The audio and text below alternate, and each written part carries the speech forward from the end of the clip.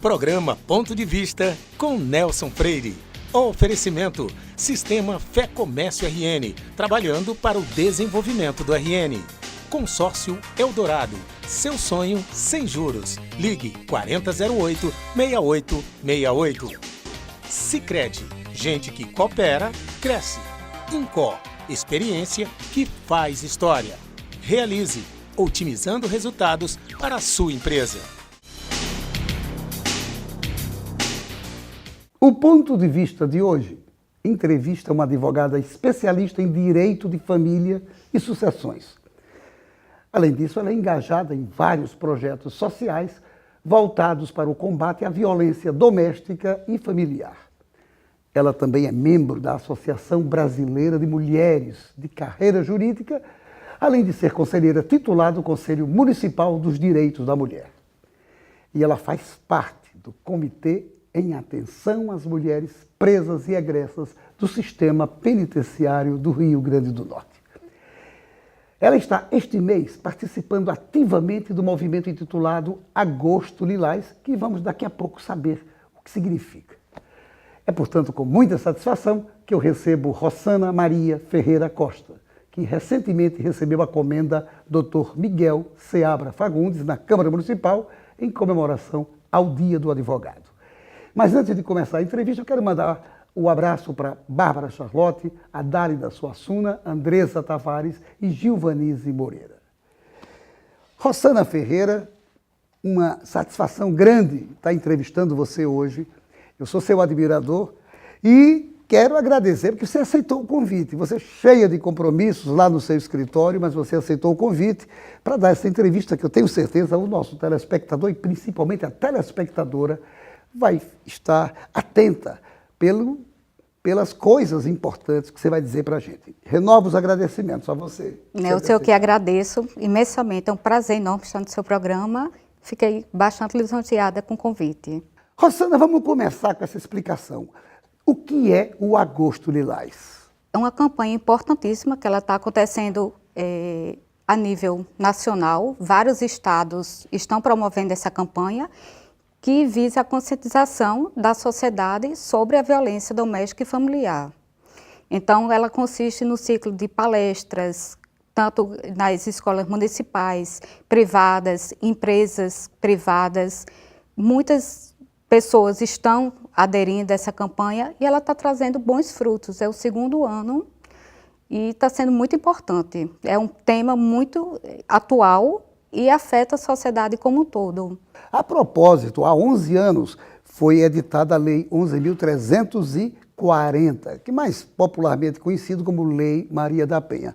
Qual é o balanço que você, que atua nessa área, que você faz sobre a vigência dessa lei nesses últimos 11 anos? Olha, essa lei ela é de extrema importância, porque não existia uma legislação específica para atender essas mulheres que eram vítimas de violência. Ela é muito recente, né? Só 11 anos para mudar uma cultura, porque é uma questão cultural, né? Os companheiros, pais agredirem suas esposas, companheiras, filhas, por ser mulher, né? Pelo gênero mulher. Então, é uma mudança de cultura que demora um pouco.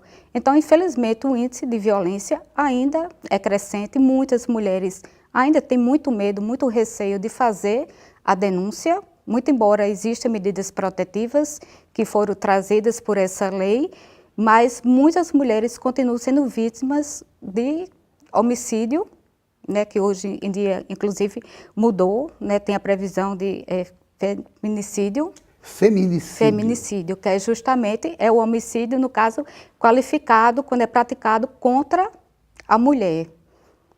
Então, muitas mulheres são mortas com medidas protetivas nas mãos, dentro da bolsa. Então, é uma coisa que vai demorar muito para você colher os frutos dessa lei. Mas, claro que ela foi importantíssima. Inclusive, ela é uma das legislações mais avançadas do mundo em relação ao combate dessa violência. Porque realmente é um absurdo se praticar esse homicídio qualificado que se denominou feminicídio. Agora, a propósito disso, eu ouvi recentemente nos jornais uma questão sobre Patrulha Maria da Penha. O que é a Patrulha Maria da Penha? Maria da Penha.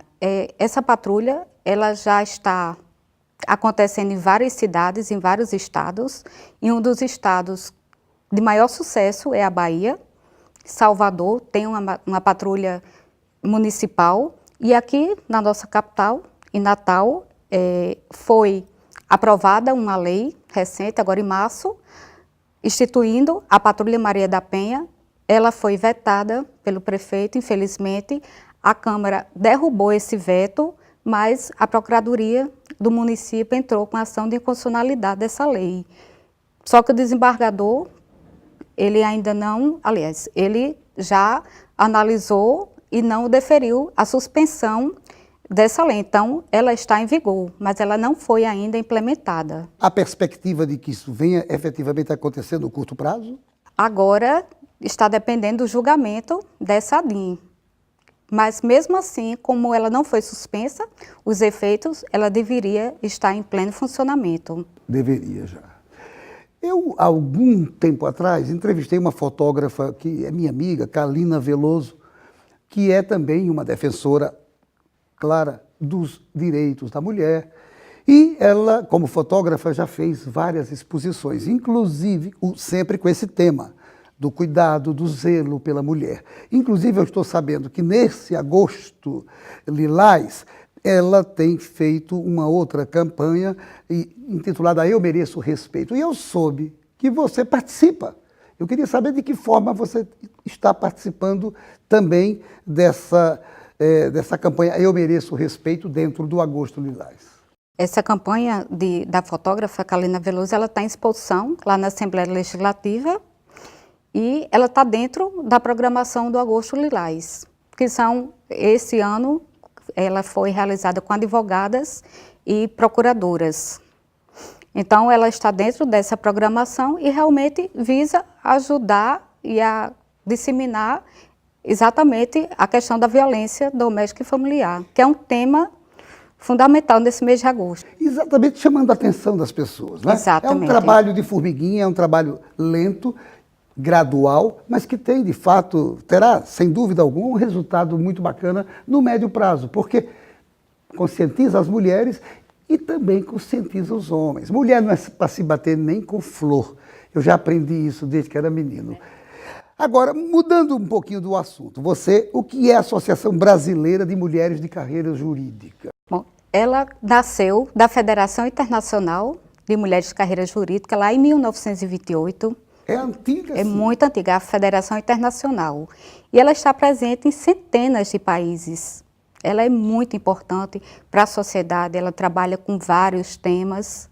E no Brasil, nós temos a Associação, né, das Mulheres de Carreira Jurídica, desenvolve vários projetos, né, importantíssimos. Como é que funciona? E há quanto tempo ela está no Brasil? E quem é que participa dela?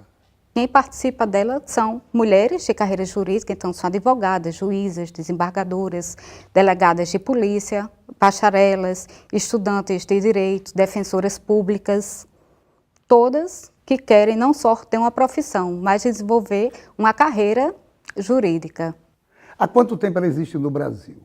Tem muitos anos, Nelson. E aqui no Rio Grande do Norte? No Rio Grande do Norte, ela é bem anterior a 2008. 2008 foi a regularização com o CNPJ, mas informalmente ela já é bem mais antiga. Mais antiga. São quantas as mulheres que participam dela hoje aqui no Atualmente, 48 associadas. 48 associadas. Deve haver plano para aumentar esse número de membros, né? Sem dúvida. Agora, me diga uma coisa. Eu soube que essa associação ela faz parte, de alguma maneira, tanto da Unesco como do Unicef. Não sei se você tem esse conhecimento de que forma essa associação faz parte desses outros organismos internacionais. Na verdade, é a Federação Internacional, da qual a BNCJ ela faz parte, que ela tem assento permanente na Unesco, na ONU e na Unicef. E também na Organização Internacional do Trabalho. Também na OIT. Também. Agora, quais são os principais projetos que estão sendo levados a efeito por ela, pela associação? Pela associação aqui no Rio Grande do Norte, temos vários projetos em execução, mas eu vou falar de um que eu coordeno sou uma das coordenadoras, juntamente com outras associadas, que nós chamamos de Mulher Flor do Campo, que consiste num ciclo de palestras que nós vamos mensalmente ao interior do estado, principalmente na zona rural. Desde quando está em funcionamento esse Mulher Flor do Campo. Desde quando iniciamos o projeto esse ano. Consiste exatamente em quê? Num ciclo de palestras que nós levamos para os municípios do estado, principalmente para a zona rural, para levar o conhecimento das mulheres do campo acerca dos direitos agrários e das leis que as protegem da violência doméstica. Então, convidamos tanto as mulheres como também seus companheiros para a conscientização e para falar sobre os tipos de violência doméstica e as medidas que elas podem requerer. É importante a participação dos homens, sim, porque só as mulheres terem essa consciência é maravilhoso. Mas é importante que o homem também saiba que, primeiro, ele não tem que agredir a mulher. Segundo, que se porventura ele fizer algum tipo de agressão, a mulher tem o amparo de uma legislação. Eu acho que é muito esclarecedor. Além desse, Mulher Flor do Campo, qual outro projeto que está em desenvolvimento ou que está sendo planejado para ser desenvolvido a curto ou médio prazo? Voltado para o direito do consumidor, né, o direito agrário, também são os dois projetos. E tem outros futuros que ainda não vou adiantar, mas que vai ser bem interessante. Beleza, você está fazendo um segredinho, já sei. Quando esses outros projetos acontecerem, eu vou lhe chamar de novo aqui para você explicar para o nosso telespectador e para a nossa telespectadora, de modo especial, que projetos serão esses. Eu vou terminar o primeiro bloco fazendo uma pergunta para você. O ordenamento jurídico no âmbito do direito de família, porque você é especialista em direito de família e sucessões. Inclusive, coloquei isso no início do programa. Esse ordenamento tem mudado muito nos últimos anos? Bastante. Em que, mais ou menos, de que maneira? Bem rapidinho, porque no segundo bloco você vai dissecar um bocado de coisinha que eu coloquei. Mas, em linhas gerais, só para a nossa telespectadora e o nosso telespectador ter ideia. A questão dos casais homoafetivos, né, o reconhecimento da união estável e depois a autorização do casamento civil, a filiação socioafetiva, vários temas que vêm mudando ao longo desses últimos anos e de suma importância para a sociedade. Pois então, daqui a pouco você vai dissecar um por um desses assuntos, tá certo? Não saia daí. Daqui a instantes a gente volta para o nosso segundo bloco. Programa Ponto de Vista com Nelson Freire.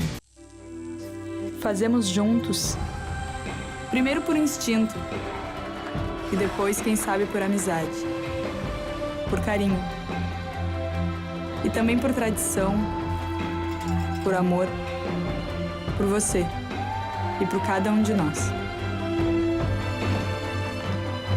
Fazer juntos, porque gente que coopera, cresce.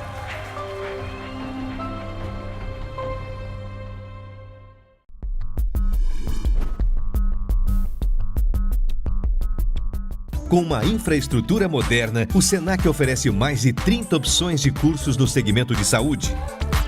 Pioneiras no Rio Grande do Norte, as habilitações técnicas em áreas como podologia e estética são diferenciais da instituição. Também se destacam cursos de enfermagem, saúde bucal e o novo técnico em óptica, além de qualificações como massagista, cuidador de idoso, primeiros socorros e agente de combate às endemias. Os laboratórios do Senac contam com equipamentos de última geração e estão estruturados de maneira que o aluno possa vivenciar situações reais no ambiente de trabalho. Multiplique suas chances. O Senac tem as ferramentas que você precisa para transformar o que você gosta de fazer em uma atividade de sucesso. Senac, uma instituição do Sistema Fé Comércio RN.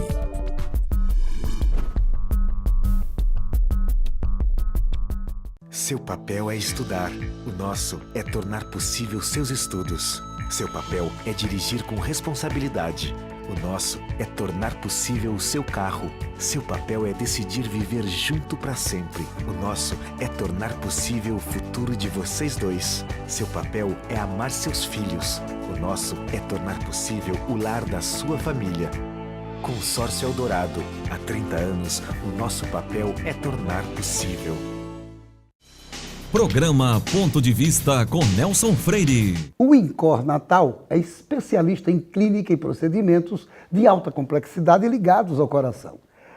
Além da melhor equipe de cardiologia da cidade, também oferece serviços de geriatria, endocrinologia, neuropediatria, dermatologia, além de outras especialidades, tanto na unidade clínica da Miguel Castro, como também na unidade hospitalar da Promater. E nós voltamos à nossa entrevista com a advogada Rossana Ferreira. Rossana, agora vamos entrar na sua seara, né? Exatamente essa área de direito, família, que, como você disse no final do primeiro bloco, mudou bastante. Eu queria começar perguntando uma coisa. Como é que se dá o reconhecimento da paternidade socioafetiva? Uma ação judicial de reconhecimento, quando a criança ou adolescente ela tem a posse, né, o estado de filho. Então, traz consequências jurídicas, patrimoniais, extrapatrimoniais. Inclusive, no registro dessa criança ou desse adolescente, pode constar a filiação dos dois pais, o biológico e o afetivo, e vem trazer consequências para os dois. Pode, então, existir a pluriparentalidade? Exatamente, é justamente isso. E desde quando foi incorporado ao direito essa possibilidade? Bom, desde a entrada em vigor do novo Código Civil, né, em 2002, entrou em vigência em 2003, que isso é possível. E também teve uma mudança no Estatuto da Criança e do Adolescente, né, visando o melhor interesse do menor. Então, muitas vezes a criança e adolescente é criada por uma mãe, por um pai, que constituiu novo casamento, foi criado como filho, tendo toda a parte material, todo o aparato de família. Então, para evitar injustiças futuras, com morte, alguma coisa, ele é considerado filho afetivo, pode ter seu reconhecimento e ter no seu registro o pai biológico e o pai afetivo, como a mãe também. Também pode ser. Então, isso acontece tanto para o pai como para a mãe? Exatamente. As duas situações. Então, há 14 anos já está em vigor. Toda essa novidade que você está falando para a gente, exatamente, já existe há 14 anos. Não é tão novidade assim mais, né? Não é tão novidade, mas os tribunais, eles tinham certa dificuldade em trazer isso, em deferir esse tipo de situação, que é uma situação complexa, né? Um filho, uma criança, um adolescente, ele ter dois pais e ver reconhecido, né? Isso, então, realmente é uma coisa recente. E até as pessoas ainda também não absorveram na sua totalidade essa nova realidade, essas mudanças que aconteceram, né? É uma coisa que ainda está sendo trabalhada e absorvida lentamente. Me diga uma coisa, o poder familiar, ele fez desaparecer o que se chamava antigamente de pátrio poder? Fez. Também com a entrada em vigor, né, do novo Código, em 2002.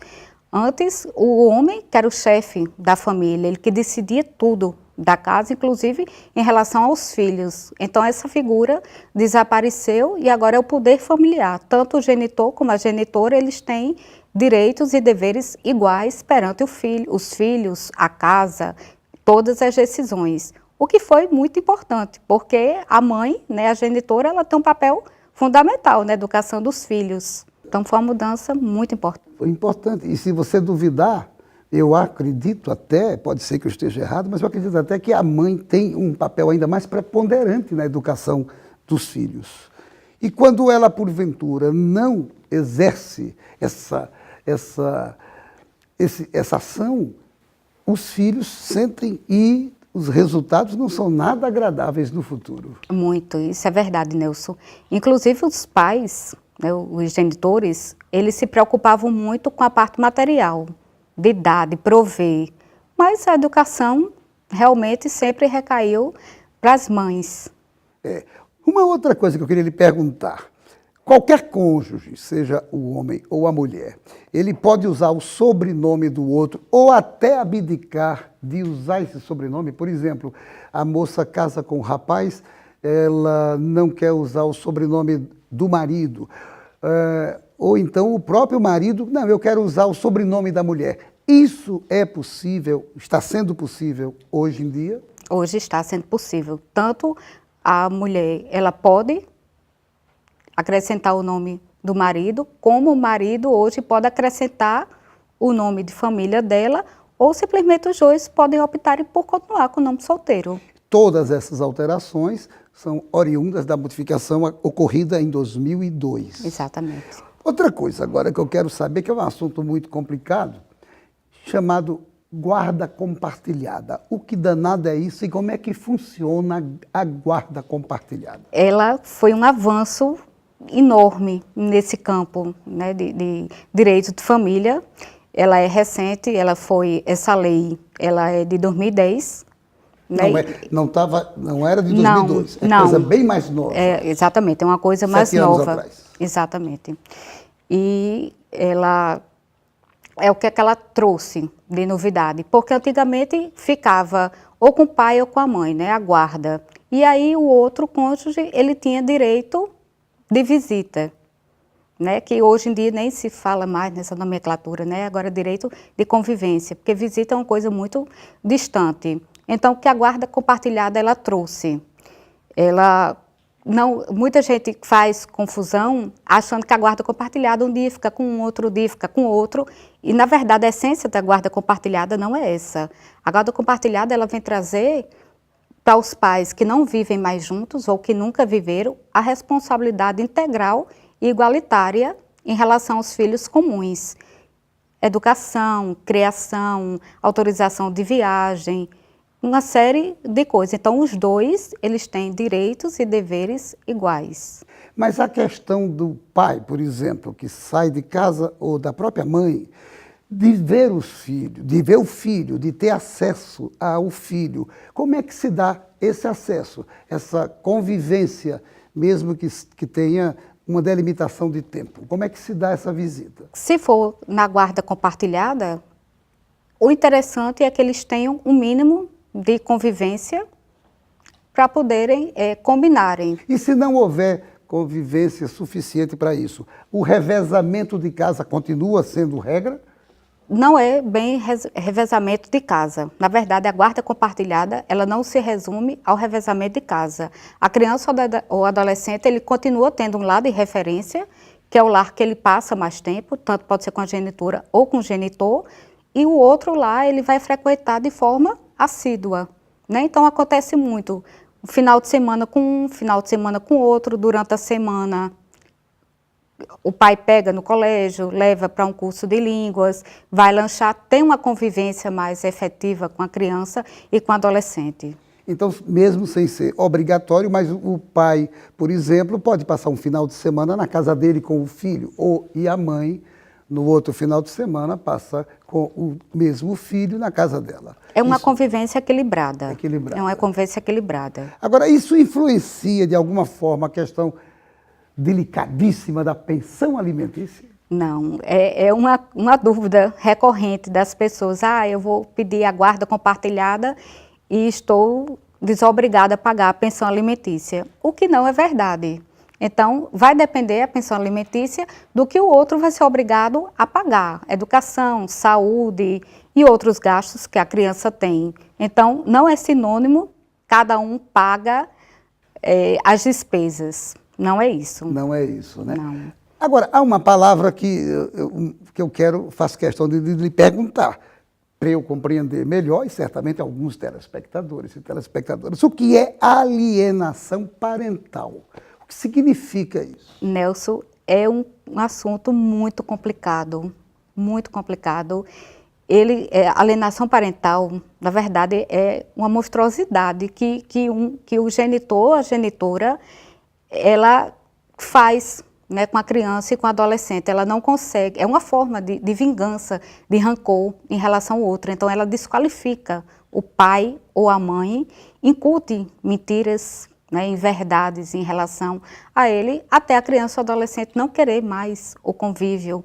Isso pode trazer consequências horríveis para o futuro, porque se não for tratado, ele pode trazer essa criança ou adolescente no futuro alcoolismo, drogas e o extremo do suicídio. Então é um assunto muito delicado que as pessoas precisam ter consciência que uma separação é dolorosa, muitas vezes são por motivos graves, só que os filhos, eles têm direito à convivência sadia com o genitor e com a genitora. Os problemas de casal, eles resolvam sem afetar esse relacionamento entre pai e filho. Quando acontece de existir o rancor excessivo entre os ex-cônjuges e for detectado a existência desse fenômeno, de cada um, por sua vez, tentar desqualificar o outro, o que é que a justiça faz? O que é que a legislação prevê para se coibir esse tipo de ação? Bom, vai ter um estudo social e vários profissionais eles estão envolvidos nisso, um acompanhamento da criança, vai ter esse estudo que vai detectar se realmente a criança está sendo vítima de uma alienação parental e as pessoas envolvidas, no caso o genitor ou a genitora que estiver praticando, também vai submeter ao tratamento. Há algum tipo de sanção? Não. Não há Infelizmente tipo de sanção. não. Há apenas uma questão de você tentar convencer através do convencimento e não de penalidade. Exato. É muito difícil, por exemplo, você consegue uma sentença que diga que essa criança ou adolescente, ela vai conviver de 15 em 15 dias, né? Vai ter o direito de convivência com o genitor ou com a genitora. E muitas vezes essa criança, ela está sofrendo alienação parental por parte de um e de outro, você não tem como obrigar essa criança a ir. Então, você consegue um reconhecimento judicial, você consegue, você tenta executar essa sentença, mas na prática, efetivamente, você não... Rosana, o que é que você acha? Qual é o seu ponto de vista sobre a admissibilidade do casamento civil entre pessoas do mesmo sexo? Eu achei fantástica.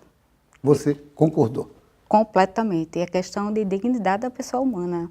Os casais do mesmo sexo, eles têm os mesmos sentimentos de amor, de confiança, de reciprocidade que os casais heterossexuais. Então, foi acertadíssima essa decisão. Uma decisão que até humanitária.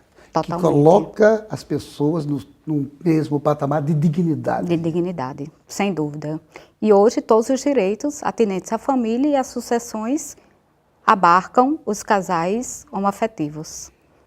Eu tenho outras perguntas, mas vou lhe fazer a última porque o diretor mostrou o reloginho. O programa é super rápido, infelizmente. Mas veja bem, eu queria saber seu ponto de vista também, concluindo a nossa entrevista, sobre a igualdade que passou a existir entre o cônjuge casado e o companheiro, aquele que vive a famosa união estável. O que é que você achou dessa determinação que igualou essas coisas? Tanto faz você estar casado como você ter uma união estável. Bom, eu concordo plenamente. Existe, lógico, pensamentos contrários que quem vive em união estável optou por não casar. Então, deveria ter um tratamento diferenciado.